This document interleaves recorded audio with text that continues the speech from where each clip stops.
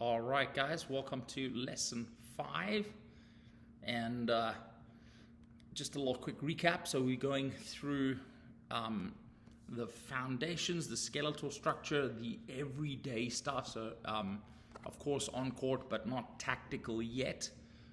Just the way you go about your business and the mental stuff that you need to develop in order to give yourself the best chance of being successful, right? And so, just to give you the heads up on where we are, lesson or section 1, so success fundamentals, right? And when we're done with this, we'll go through mastering match play, and when we've done that, we'll go through tactical excellence, right? Okay, so we've done lesson 1, success by design, by a very specific 2 points, making sure that you are willing to accept and learn from your mistakes.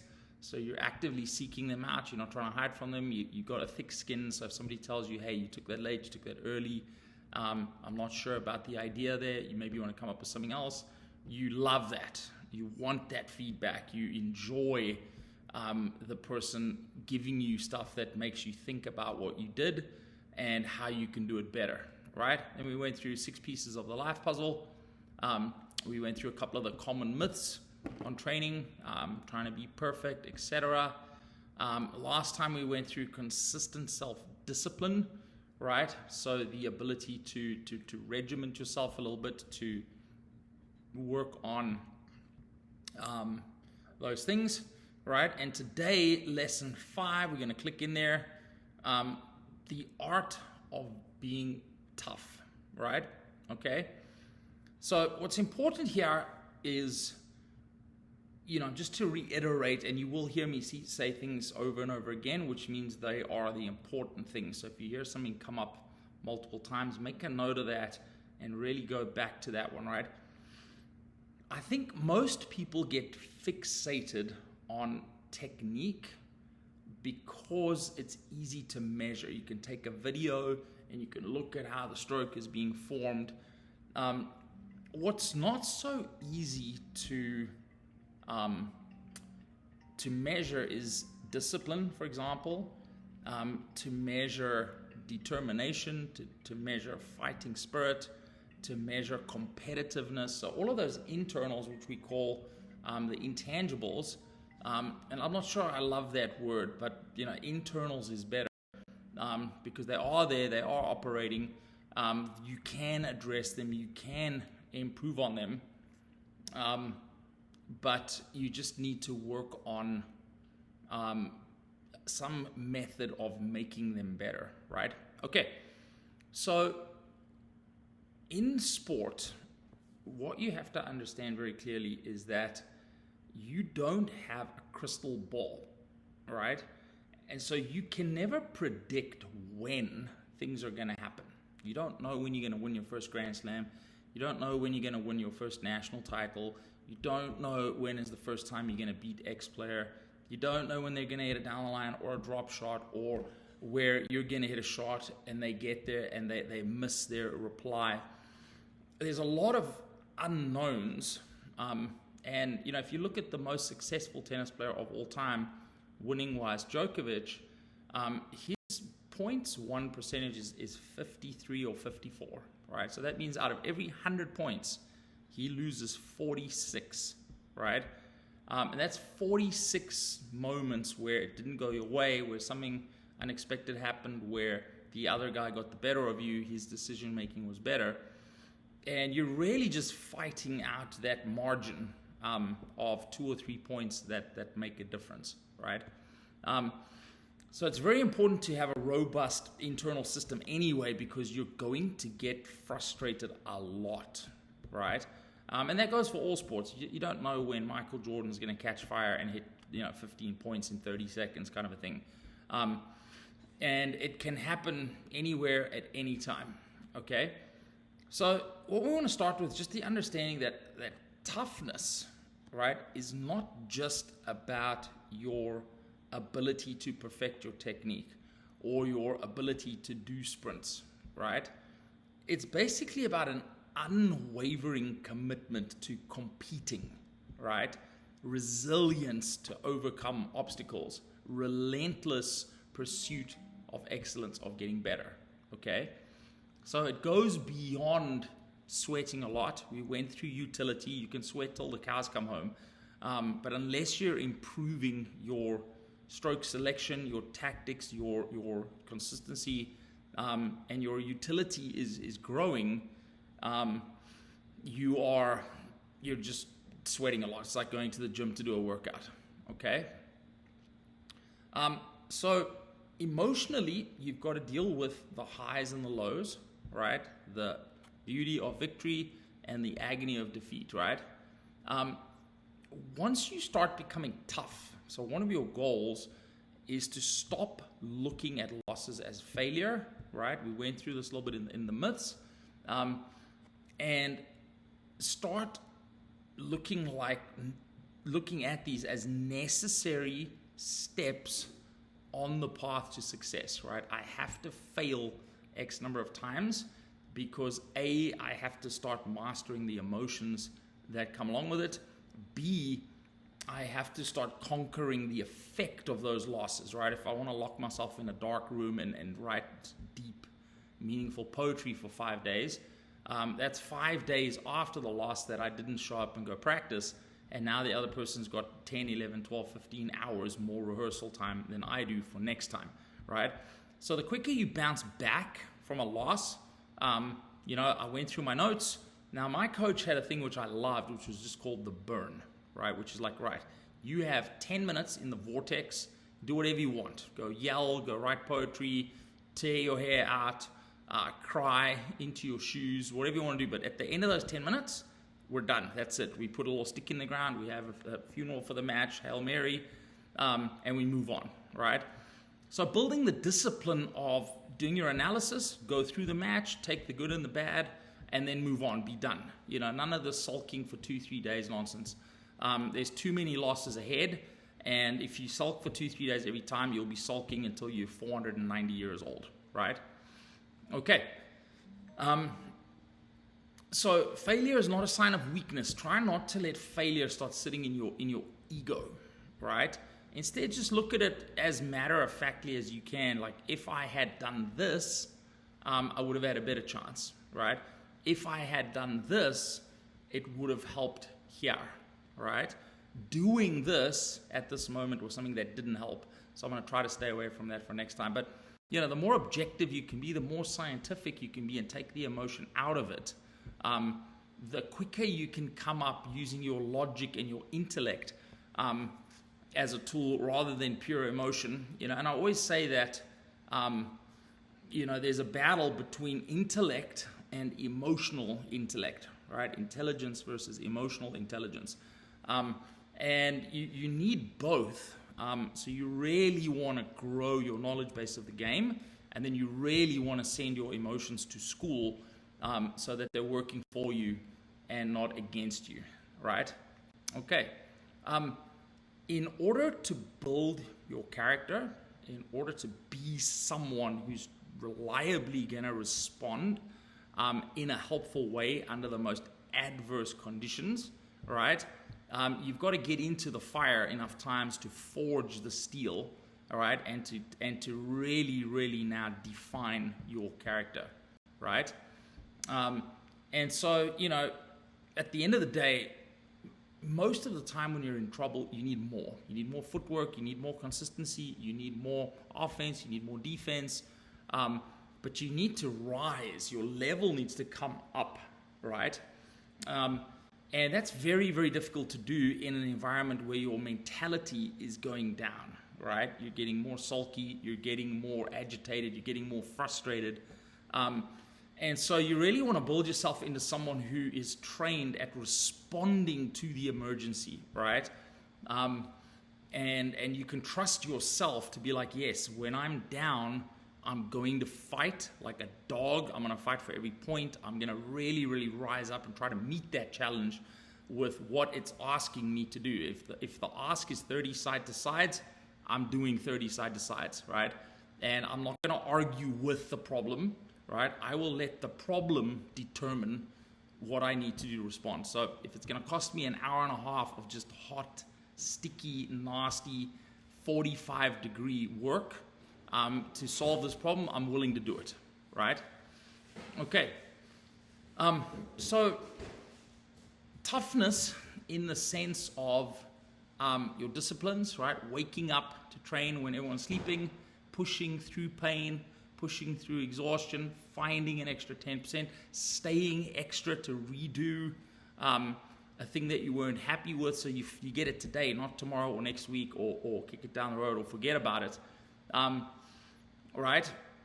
You build confidence in yourself, and this is another humongous chapter, right? Because a lot of people think you're automatically supposed to be confident, which is absolutely the biggest load of nonsense I've ever heard, right? Again, we've gone through the basics of that, but am I confident that I can fly a helicopter? Yes, I do believe if I went for training and I paid attention and I did the things that I can eventually one day fly a helicopter, but I haven't done the work yet. So if you put me in a helicopter today, the answer is no, I can't fly it today. And it's not a matter of confidence, it's a fact of skill that I can't do it, right? So you've got to do the stuff that gets the fact of skill to where, yes, I can do this. I've trained it. I can do a triple somersault. I can do 100 meters in under 10 seconds. I have the actual skill required to solve this problem. Now it's a question of, can I overcome the emotions and apply that skill when it is called upon, right? And it takes a lot of time and it takes a lot of earning skill to be top of the food chain skill. And that's where you start to become really confident, because you actually know what it is you're capable of, right? Okay, but you will have a lot of doubters, you will have a lot of naysayers, you will have a lot of people that like to push results to the ego, and you are not a high enough quality person, all that nonsense. And you need to get away from that. You need to be like, I've got X amount of time to train, let's say 10 years from age 10 to 20-ish, to prepare myself for the final tough competition, either in NCAAs or as a pro or whatever. And how much skill can I accumulate in that time? That's really the question, right?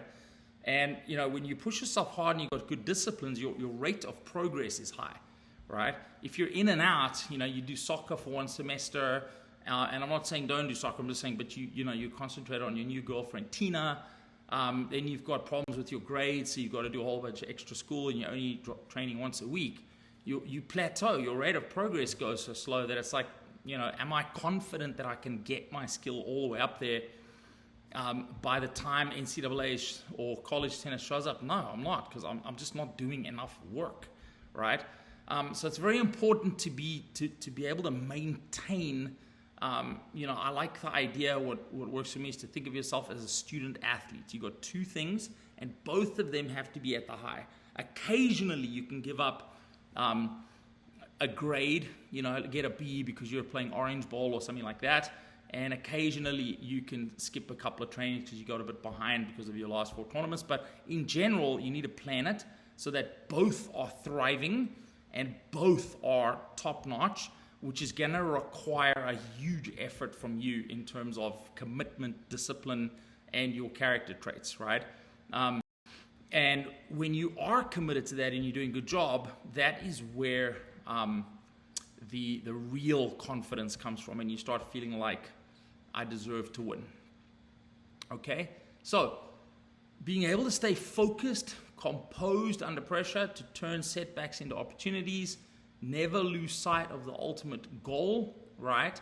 The ability to bounce quickly after defeat, get right back on the practice court, know what your actual targets are. Like, hey, I don't care, I'm on the way to something here, right? And, my 8th grade, 9th grade, 10th grade results are fine, but they're not my PhD. Getting that certificate that says you are now a doctor of whatever is the ultimate goal. And any little setbacks in between are irrelevant, because the only thing that's relevant is that certificate, right?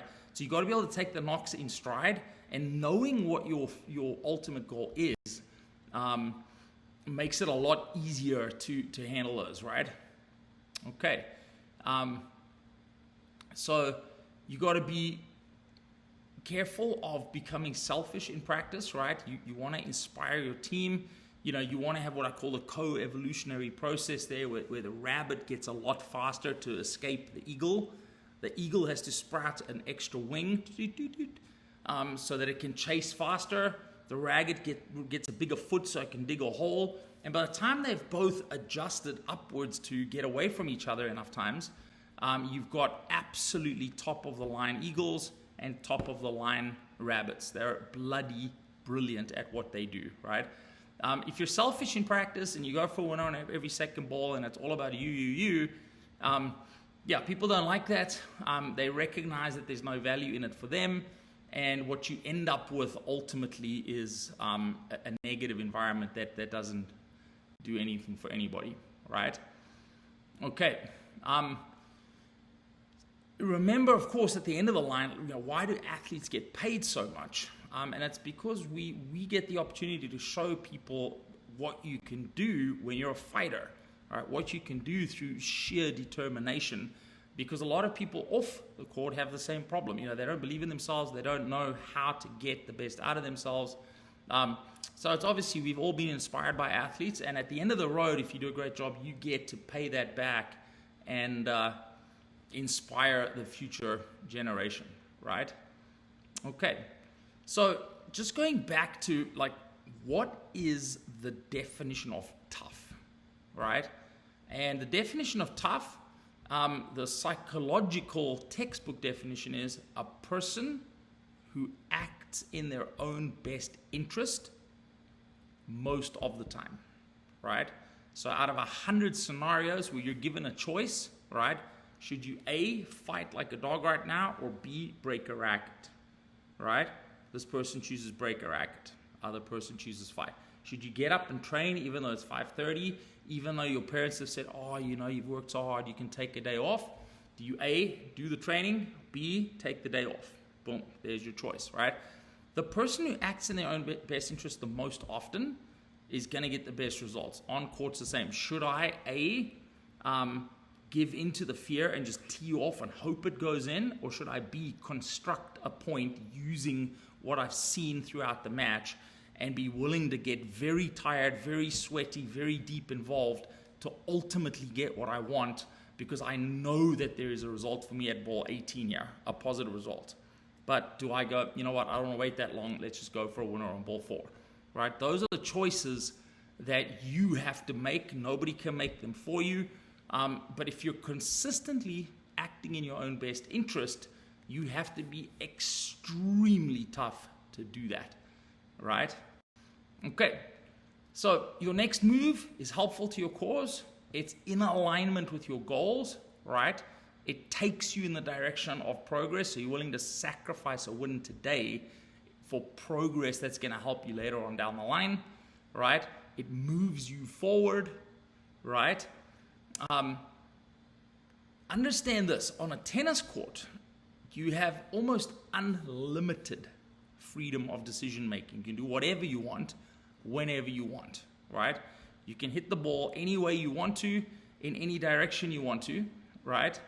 On the other hand, what tennis does, gives you that beautiful freedom, which, is hard in regular world. Everyone's telling you what to do. Go to this class, go to this, take out this textbook, do this, study that. So you're out of control. On the tennis court, it's the reverse. You can do whatever you want, right?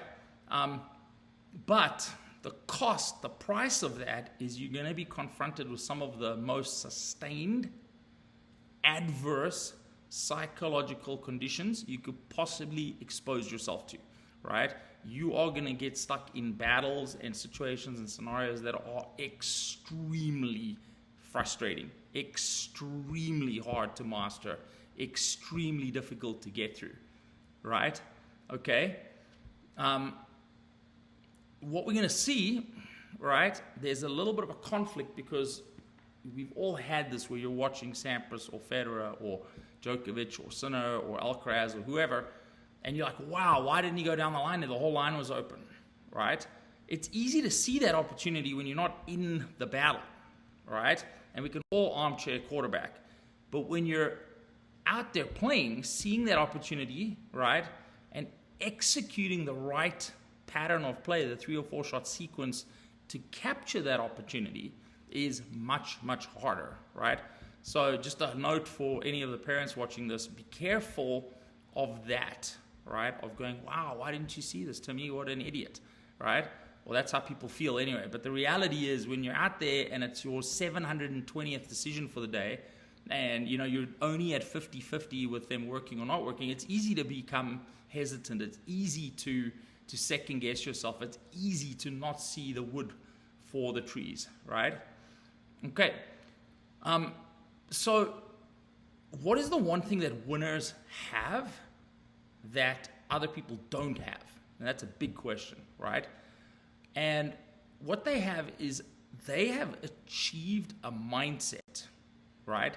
A unique set of attributes that allows them to stay disciplined, stay focused, stay confident, and stay risk smart under tons of adversity. All right, their coping mechanism is to lean on their disciplines rather than to look for things to soften the blow, right? Okay, in spite of adverse conditions, right, they can do these things. So as a result, they're no longer susceptible to common fears, to common mental errors that plague everybody else. Crazy risk-taking, being so scared that you just bunt the ball over and you basically stop engaging the problem. You're not trying to solve it. You're hoping the other person's going to miss. Right? Very few people make it a point to learn these attitudes. Right? I see people using that freedom of choice to behave however they feel like behaving in the moment. There's no line. There's no like, I can't go here. I can't do this. Right? And just like in regular society, there's laws. Right? If you do X, you're going to jail. If you bonk a granny over the head with a wooden spoon, you're going to be doing community service. There's a line there. You can't bonk grannies. Right? And you got to establish those lines for yourself of what you can and cannot do. Right? This is a behavior that I'm not going to choose on purpose because I know that it's detrimental to me, and I'm going to build the discipline that's needed to enforce that rule, right? And if I break that rule, I'm going to take my punishment of a mile run or whatever I inflict like a man or a woman and get it done, right?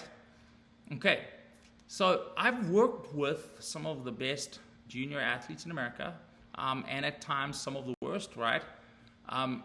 And I can say without a doubt that there are very specific reasons that the best consistently outperform everyone else, right?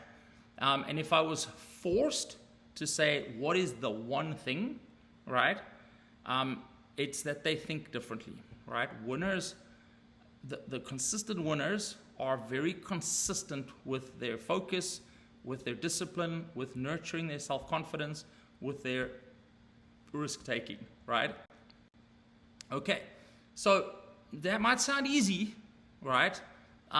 But it has pretty profound implications for what you need to become, right? If you want to be successful, you have to transform yourself into the type of person who is not going to respond like everybody else responds to the difficult stuff, right?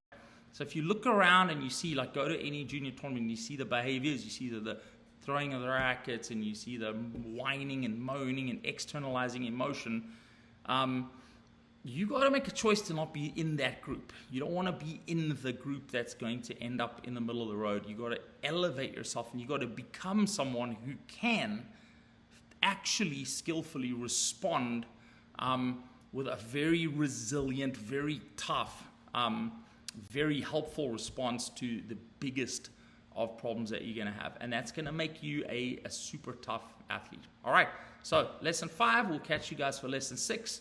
And hopefully you're enjoying it, and hopefully you're getting a lot out of it so far. All right, we'll see you guys soon. Ciao.